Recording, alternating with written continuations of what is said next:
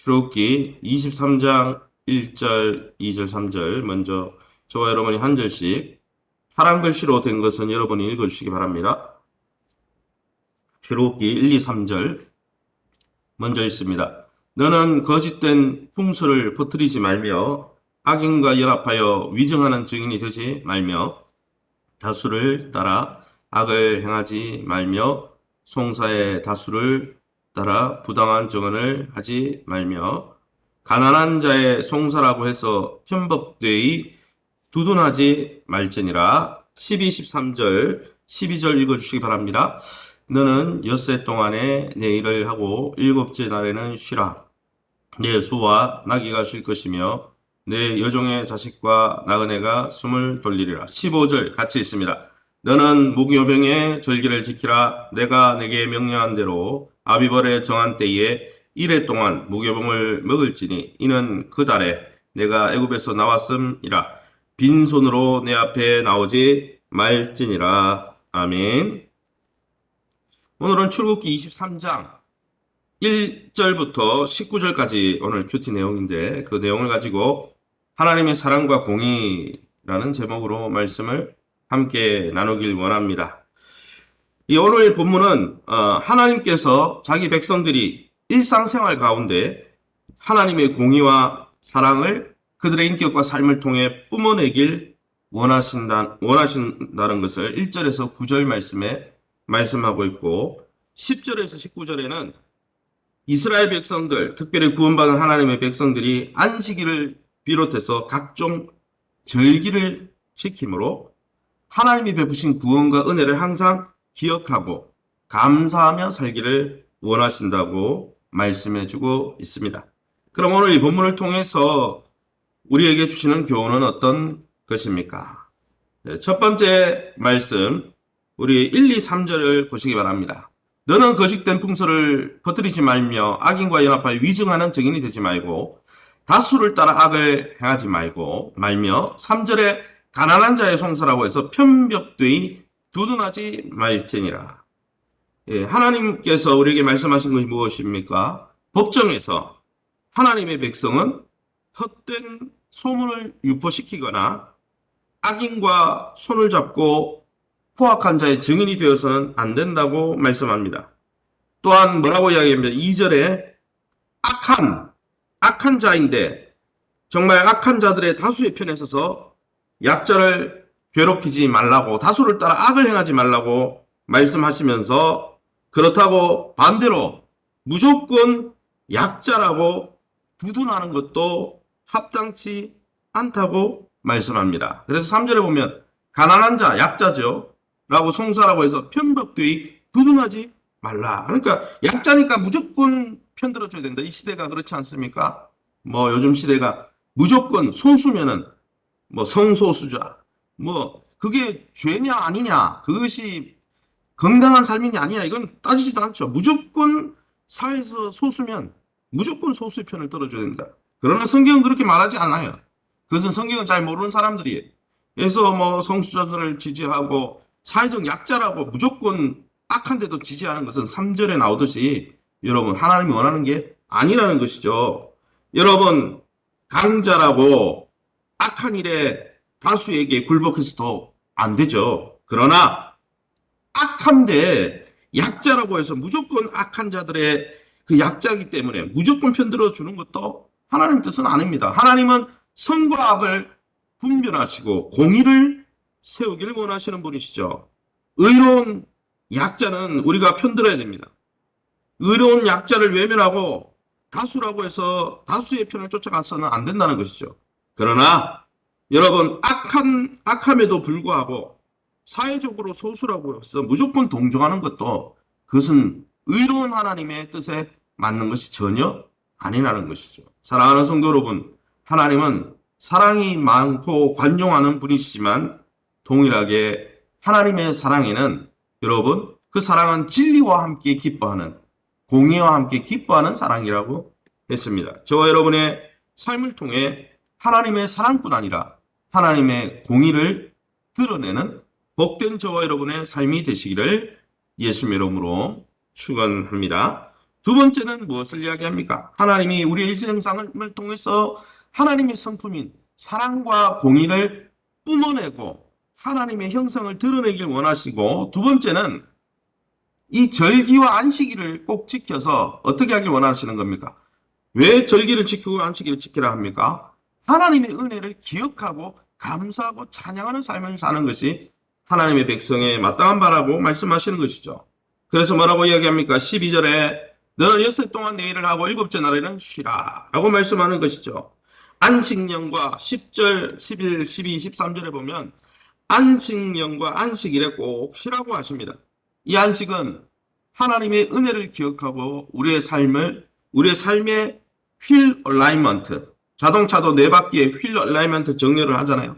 방향을 잘 정렬해 놓지 않으면 차 핸들이 막 돌아가고 하죠. 마찬가지로 여러분, 안식일은 우리가 하나님이 베푸신 은혜를 기억하며 하나님의 창조 질서 가운데 우리의 삶을 맞추는 시간인 것이죠. 그러기에 이 안식은 자신뿐 아니라 다른 사람과 심지어 피조세계 전체에 유익하다고 주님 말씀하십니다. 사랑하는 성도 여러분, 요즘 우린 자신과 가족에게 쉼을 통해 하나님의 은혜를 기억하고 감사하는 시간은 얼마나 있습니까? 그 안식의 시간을 통해서 우리의 인생의 방향을 재설정하는 것이 우리에게 큰 유익이 된다는 것입니다. 그뿐 아니라 15절에 말씀해 보니 너는 무교병의 절기를 지키라. 이 앞도 구절에 보면 세 절기, 유월절, 칠칠절, 장막절, 이 절기 3대 절기를 지키라고 했습니다. 왜 지키라고 말씀합니까? 15절에 내가 내게 명령한 대로 아비벌 정한 때에 1회 동안, 이거 6월절이죠. 무교절이라고 하죠. 먹을지니 이는 그 달에 내가 애굽에서 나왔음이라. 빈손으로 내 앞에 나오지 말지니라. 무슨 말입니까? 출애굽의 은혜, 구원의 은혜, 하나님의 돌보심의 은혜, 그 은혜를 기억하면서 살아가는 것이죠. 여러분, 출애굽의 은혜를 기억하도록 6월절 무교절을 특별히 지키라고 말씀하는 것이죠.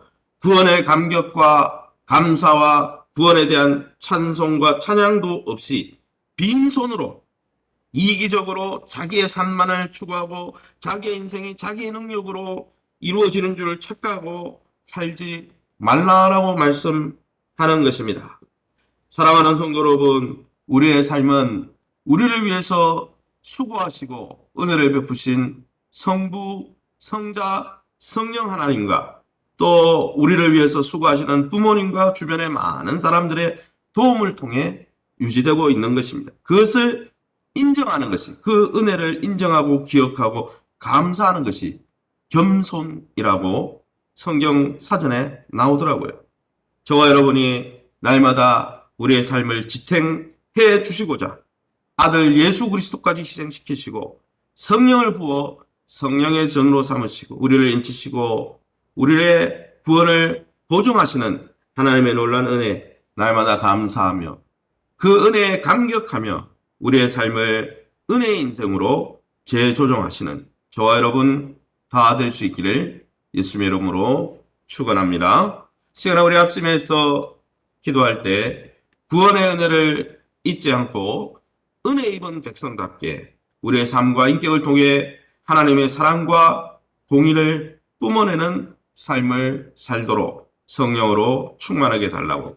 두 번째는 예배 회복과 말씀 훈련의 삶과 증인의 삶을 살 수 있도록 우리 교회가 벌이는 모든 일들에 우리 모든 성도들이 함께 마음을 모아서 이 어려운 시국에 이 모든 것들을 믿음으로 극복해 갈 수 있도록, 특별히 내일 새벽은 10월 1일 첫날 월삭 특별 새벽 기도가 있는데 이런 절기와 또 공예배들을 통해 하나님의 은혜를 기억하며 우리의 삶을 은혜의 인생, 겸손의 인생으로 재조정하는 복된 시간이 되게 해달라고 우리 합심해서 통성으로 기도합니다. 주여 하나님 아버지를 감사합니다. 오늘 하나님의 놀라운 구원의 은혜를 너희가 안식일과 안식일을 통하여 절기를 통하여 내 은혜를 기억하고 너희가 은혜의 인생에 감사하며 감격하는 겸손한 인생으로 너희 인생을 항상 재조정하라. 그것이 너에게 큰 유익이다. 그것이 나의 품 안에 거하며 나의 놀라운 은혜를 누리는 건강한 삶의 비결이다. 말씀해 주시니 감사합니다.